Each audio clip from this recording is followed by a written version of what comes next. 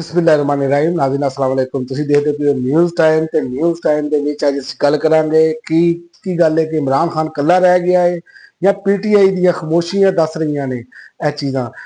ਅੱਜ ਇੱਕ ਲਿਸਟ ਸਾਹਮਣੇ ਆਈ ਹੈ ਜਿਹਦੇ ਵਿੱਚ ਜਿਹਨੇ ਸੋਚਣ ਤੇ ਮਜਬੂਰ ਕੀਤਾ ਹੈ ਕਿ ਇਹ ਹੋ ਕੀ ਰਿਹਾ ਹੈ, ਜਿਹਦੇ ਵਿੱਚ ਸ਼ਿਬਲੀ ਫਰਾਜ, ਸ਼ਾਹ ਫਰਮਾਨ, ਸ਼ੁਐਬ ਸ਼ਹੀਨ, ਤਲੀ ਮੁਹੰਮਦ ਖਾਨ ਤੇ ਬਾਬਰ ਅਵਾਨ ਸਮੇਤ ਜਿਹੜੇ ਨੇ ਕਈ ਜਿਹੜੇ ਨੇ ਰਹਿਨੁਮਾ ਜਿਹੜੇ ਤਰੀਕੇ ਇਨਸਾਫ ਦੇ ਨੇ, ਇਹ ਸਾਰੇ ਲੋਕ ਜਿਹੜੇ ਨੇ ਇਮਰਾਨ ਖਾਨ ਦੇ ਕਰੀਬ ਤਰੀਨ ਸਾਥੀ ਸਮਝੇ ਜਾਂਦੇ ਨੇ। ਪਰ ਗੱਲ ਹੈ ਕਿ 5 ਸਤੰਬਰ ਤੋਂ ਬਾਅਦ ਇਹਨਾਂ ਵਿੱਚੋਂ ਕਿਸੇ ਨੇ ਵੀ ਇਮਰਾਨ ਖਾਨ ਦੀ ਇੱਕ ਵੀ ਟਵੀਟ ਨੂੰ ਰੀਟਵੀਟ ਨਹੀਂ ਕੀਤਾ ਤੇ ਇਹ ਬੜੀ ਸੋਚਣ ਵਾਲੀ ਗੱਲ ਹੈ। ਉਹਦੀ ਵਜ੍ਹਾ ਹੈ ਕਿ ਇਹ ਤੇ ਬੜੇ ਸਵਾਲਾਤ ਉੱਠ ਰਹੇ ਨੇ।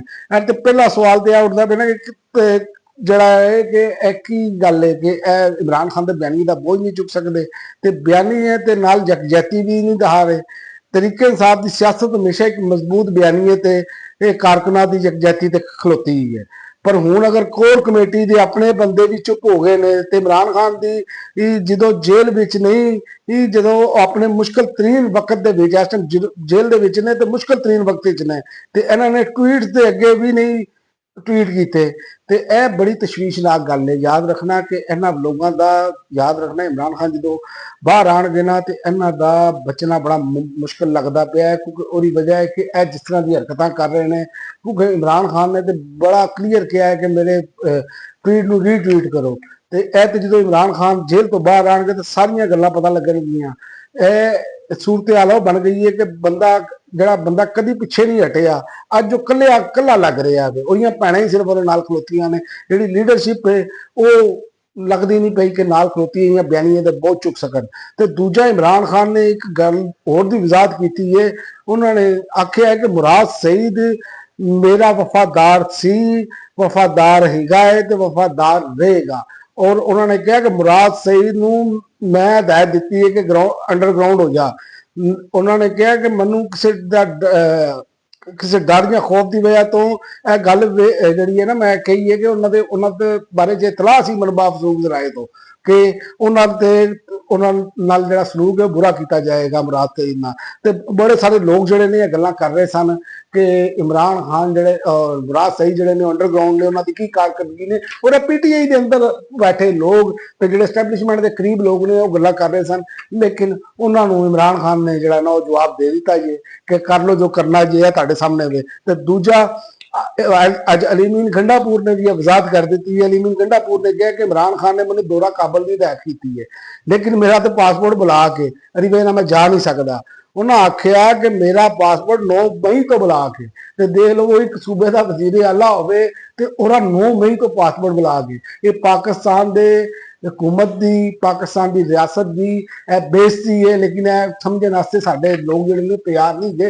एक सूबे का चीफ मिनिस्टर है जिहदा पासपोर्ट बुला के ते जां ते चीफ मिनिस्टर ही ना बनन दिओ ते जे बनन दिता है तेरा पासपोर्ट ते ना कम से कम बुला करो। यह तो साडे हालात ने ते फिर कहंदे ने दुनिया साडा मजाक उड़ांदी है। ते दूजा कराची दे विच ना बड़ी बुरी सूरत हाल है ते कराची नूं डबो के रख छड्डिया है। पीपल्स पार्टी ने ते सत्यानाश ही कर दिता है, कोई टके का काम नहीं जे किया।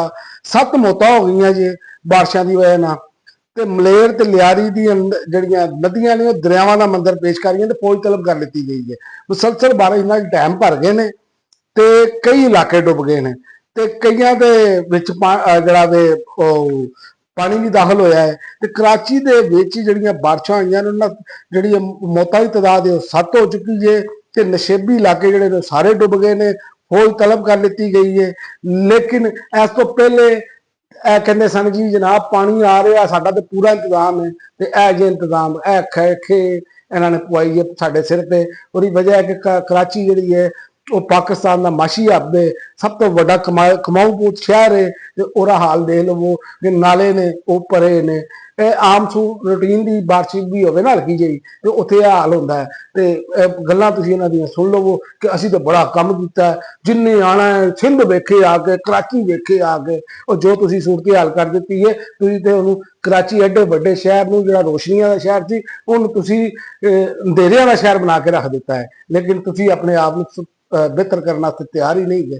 ते यह साडी सूरत हाल है। असीं हर पास्यों जिहड़ा है ना वो घेरे च गए हैं, लेकिन यह लोग जिहड़े ने ना जिहड़े उत्ते शराफिया ते माफिया बैठे ने ਇਹ ਪਾਕਿਸਤਾਨ ਦੀ ਜਾਨ ਛੱਡਣ ਵਾਸਤੇ ਤਿਆਰ ਨਹੀਂ। ਹਾਲਾਂਕਿ ਇਹਨਾਂ ਨੂੰ ਪਤਾ ਲੱਗ ਗਿਆ ਆਂਢ ਗੁਆਂਢ ਵਿੱਚ ਇਨਕਲਾਬ ਆ ਚੁੱਕੇ ਨੇ, ਲੇਕਿਨ ਇਹ ਐਡੇ ਜਿਹਨੂੰ ਕਹਿ ਸਕਦੇ ਹੋ ਨਾ ਕਿ ਠੰਡੇ ਹੋ ਕੇ ਤੇ ਇਹ ਤੈਅ ਕਰਕੇ ਬੈਠੇ ਨੇ ਕਿ ਜਨਾਬ ਸਾਡੇ ਤੇ ਪਿਓ ਦਾ ਮੁਲਕ ਜੇ, ਜੋ ਕਰਨਾ ਜੇ ਕਰ ਲਓ। ਇਹ ਇਸ ਚੱਕਰ ਵਿੱਚ ਨੇ, ਲੇਕਿਨ ਇਹਨਾਂ ਨੂੰ ਇਹ ਨਹੀਂ ਪਤਾ ਕਿ ਜਦੋਂ ਅੱਲਾ ਦੀ ਲਾਠੀ ਚੱਲਣੀ ਹੈ ਨਾ ਤੇ ਫਿਰ ਇਹਨਾਂ ਨੂੰ ਸਮਝ ਨਹੀਂ ਆਣੀ ਹੋਇਆ ਕੀ ਹੈ, ਜਿਵੇਂ ਨੇਪਾਲ ਵਿੱਚ ਹੋਇਆ ਜੀ, ਜਿਵੇਂ ਬੰਗਲਾਦੇਸ਼ ਵਿੱਚ ਹੋਇਆ ਜੀ, ਤੇ ਜਿਵੇਂ ਇੰਡੋਨੇਸ਼ੀਆ ਦੇ ਵਿੱਚ ਹੋਇਆ, ਜਿਵੇਂ ਸ੍ਰੀਲੰਕਾ ਦੇ ਵਿੱਚ ਹੋਇਆ। ਇਹ ਸਾਰਾ ਕੁਝ ਹੁੰਦਾ ਜਿਹੜਾ ਨਾ ਉਹ ਨਜ਼ਰ ਆ ਰਿਹਾ, ਭਾਵੇਂ ਇਹਨਾਂ ਦੇ ਟਾਊਟ ਜੋ ਮਰਜ਼ੀ ਕਹਿੰਦੇ ਰਹੇ। ਇੱਕ ਛੋਟੀ ਜਿਹੀ ਜਿਹੜੀ ਹੈ ਨਾ ਉਹ ਚੰਗਾਰੀ ਜਿਹੜੀ ਹੈ ਨਾ ਉਹਨੇ ਸਭ ਕੁਝ ਰਾਖ ਕਰਕੇ ਰੱਖ ਦੇਣਾ। ਹੁਣ ਤੱਕ ਨਹੀਂ ਨਾਜ਼ਰੀਨ, ਨਹੀਂ ਅਗਲੀ ਵੀਡੀਓ ਤੱਕ ਇਜਾਜ਼ਤ ਦਿਓ।